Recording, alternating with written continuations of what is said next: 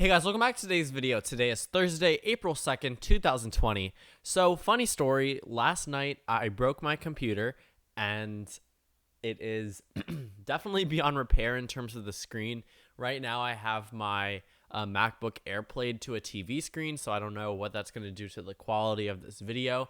I honestly don't know what's going to happen in terms of fixing my computer. So I'm going to try to go ahead and see if any of the Apple stores still do repairs right now, just see if any of the things can be fixed, but it's completely like shattered.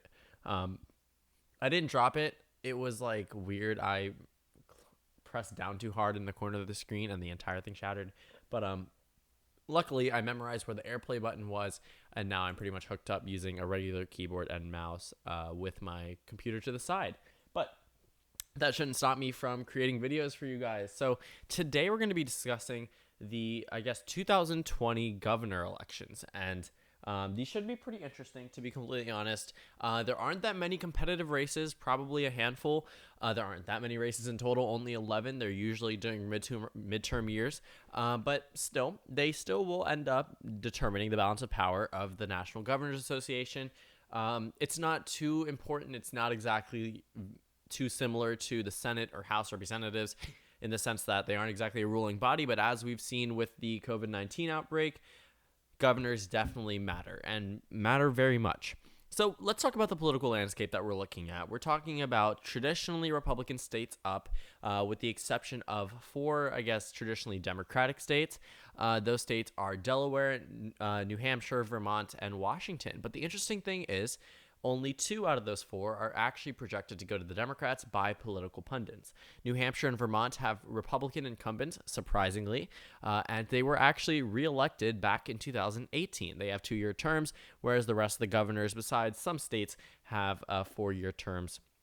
So pretty much, just taking a look at this map, I honestly think that it's not going to matter much. The only reason why governor elections are going to be super impactful, other than when it's talking about certain issues such as the COVID-19 outbreak, is gerrymandering. And redistricting is going to happen in 2020. It's a census year. So it is possible that these governor elections do see a little bit more of an input than they did in 2016. But let's talk about where we have incumbents. So looking around the map, we have Republican incumbents in the Northeast. We have a Democrat in Delaware. We have a Republican in West Virginia, Indiana, and Missouri, and Utah, and a Democrat in Montana and Washington, and then a Republican in North Dakota, and then a Democrat in North Carolina. So if we filled out all of these states based off their party representation right now, it would pretty much, I believe, 27 or 26 to, so 26 to 24. I think that actually might be the exact composition that we have right now. In 2018, the Democrats picked up a number of seats. They also had 2019, but in Kentucky flipped in 2019, by the way. It was 27 to 23 in 2018 after the 2018 midterms. The Democrats gained 7 seats in total. And then 2019 hit. The Democrats gained 1 seat in the state of Kentucky. And now 2020, of course, we have a 26 to 24 majority with the leader Greg Abbott from Texas and Phil Murphy from the state of New Jersey. But let's go ahead and talk about the toss-ups. We aren't really focused too much on these safe states. So Utah, we already know, is going to be a safe Republican state, but there is a retiring incumbent. But regardless, it will still be considered a safe Republican seat. Indiana, Eric Holcomb here. It is also a safe Republican seat. Going over to Missouri, yet again, Mike Parson here, another safe Republican seat. Honestly, not super important. West Virginia, this is interesting. So West Virginia, if you recall, previously had a Democratic governor that was elected in 2016.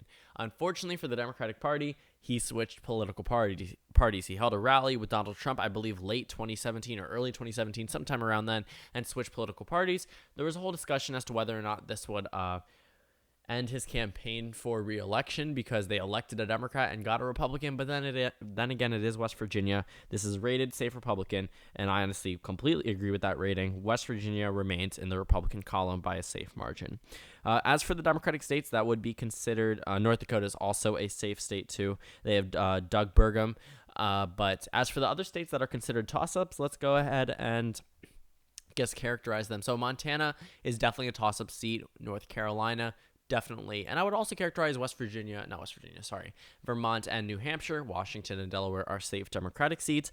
It's not that Vermont and New Hampshire are going to be close necessarily. These are projected to be likely Republican seats. I agree with that.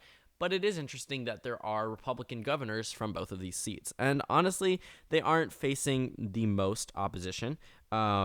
When you take a look at, I guess, why did I say New Mexico? New Hampshire as a whole, we have a popular governor. I mean, Chris Sununu has been up in the top 10 ranks since early 2018. I think he recently might have just dropped off of it a little bit, but I'm pretty sure he's back on the, I guess, best rated governors nationwide. I actually think Charlie Baker is no longer number one. The Morning Consult typically does monthly or quarterly approval ratings of the governors just to get an update.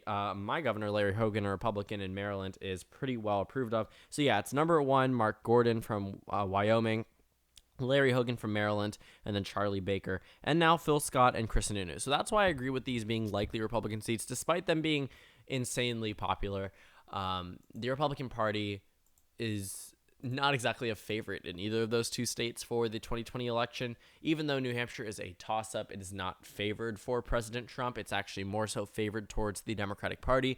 Vermont is just a solid Democratic state regardless, but they aren't exactly too afraid of voting differently than they do in the presidential election.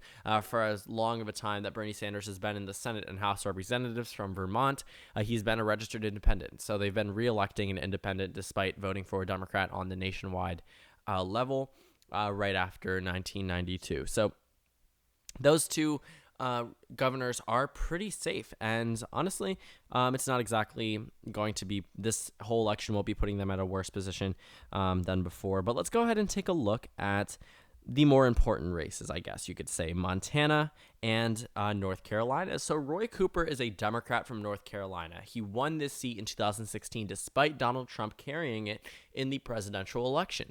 And the, I guess, margin that North Carolina was in 2016, it was a very close election.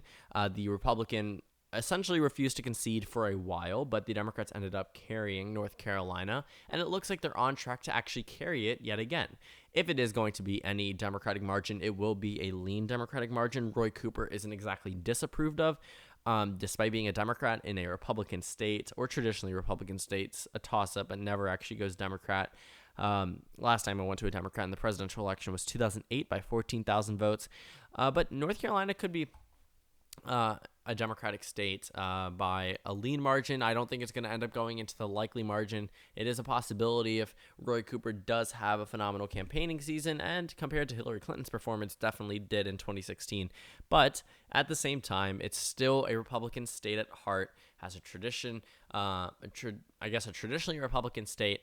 I'm not too comfortable being bold enough to move over North Carolina into the likely column. But that leaves the one remaining state, Montana, and the actual incumbent, Steve Bullock, right now. He's the incumbent governor, and if you remember his name, he ran for president early 2020.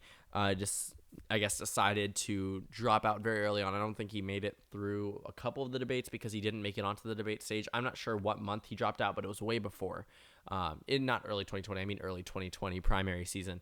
It might have been sometime late 2019, but he said he wasn't going to run for Senate, and he is actually ending up running for Senate now. But this also takes an interesting turn. So we have a retiring Democrat, which automatically jumps up and says, oh, Republican state must be Republican. Not necessarily. It looks like they might actually go for a Democrat in the Senate. It is a toss-up in the Senate as well, and it is a real possibility that the Democrats carry it in terms of the governor election. They didn't leave with Steve Bullock having a negative approval rating. He's a pretty popular guy in Montana.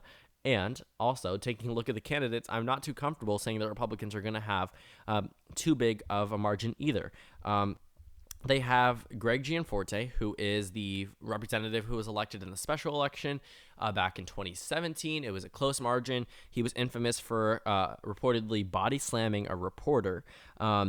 But right now in the Democratic primary, we have the lieutenant governor and former secretary of state, so someone who has been on statewide elections and won, and it looks like he's going to be the Democratic nominee.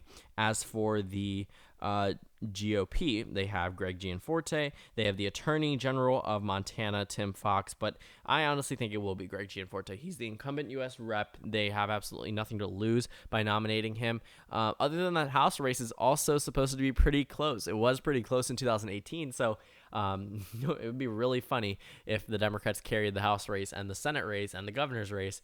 Leaves no room for Republicans other than the presidential election, despite Montana being a likely safe Republican state nationwide time and time again. But all polling data indicates that Greg Gianforte is going to end up being the eventual nominee. But as for the general election, it's rated as a toss-up by Cook, Inside Election, and Sabato Crystal Ball.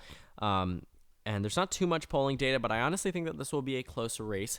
I'm comfortable enough saying that the Democrats are going to narrowly edge this one out. Greg Gianforte does not seem like a top-notch candidate despite winning a House election. It was narrow both times, and we're talking about Montana. Even though it does have the history of voting for Democrats, the governor is leaving as a Democrat popular guy.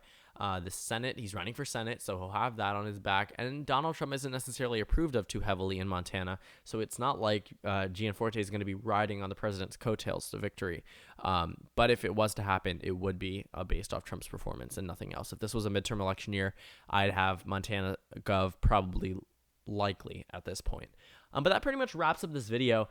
This governor elections, really, if you're just wondering why they matter right now, obviously COVID-19 type of scenario, but if this wasn't happening, we would be talking about redistricting. We would be talking about a brand new House of Representatives, and which the governor does oversee, which is why it was crucial for the Democrats to carry those governor elections in 2018. They now have control of 24 states. In terms of redistricting, obviously it won't matter too much for states like Montana and North Dakota, which are single representative districts, but it will matter in states like North Carolina, which have a history of gerrymandering, or in my home state of Maryland, which also has a very strong history of gerrymandering that I think hopefully is resolved sometime soon, whether it's through a Supreme Court case or a number of other various options. But essentially, whichever political party is in right now, and if, let's say, they hold the state legislature, it looks like they will probably gerrymander that state to a point where it'll be not good for the other party until 10 years later. But thank you guys so much for watching this video. Make sure to comment down suggestions below. If you guys know anywhere I can get a MacBook Pro, probably like 15-inch screen fixed for cheaper than what the Apple Store would think, I think they might even just try to make me buy a new one, which I definitely wouldn't do. Just try to help me out, I guess. I'm just researching all my options at this point. But thank you guys again for watching this video, and I will see you all tomorrow.